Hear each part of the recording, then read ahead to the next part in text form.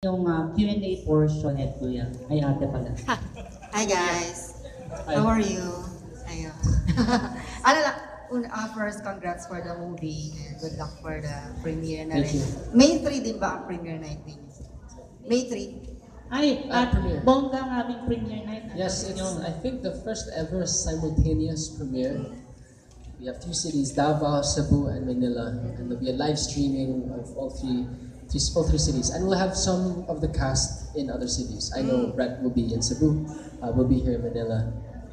So At my mall show.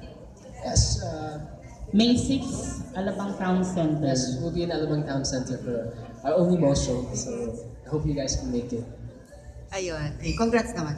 Thanks. Ayun, I would like to ask the both of you lang. Parang, since the title, kukonek ko lang. No?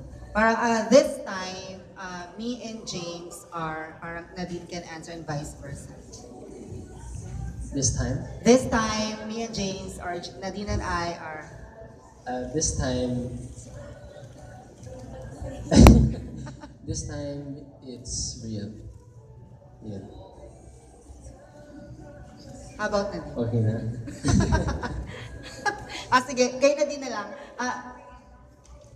Since you na-answer na naman ni James na, parang sa part mo naman, this time, James should be, or should something like that. Be resting. this time James should be resting. Well, ano naman po kasi, as in, super hectic po talaga ng schedule and hindi po talagang kailangan din po ng rest. But we're really, really thankful kasi nga po sunod-sunod nga po, it's all a blessing. So, yeah.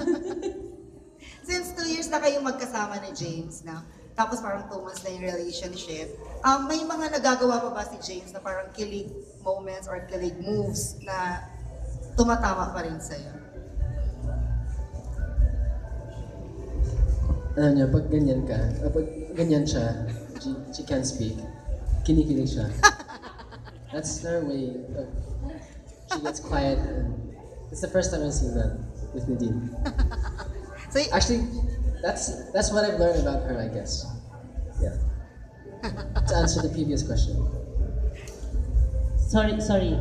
Kakat ko lang. May announce lang ako yun. Paki-ayos lang po yung car. Tapos,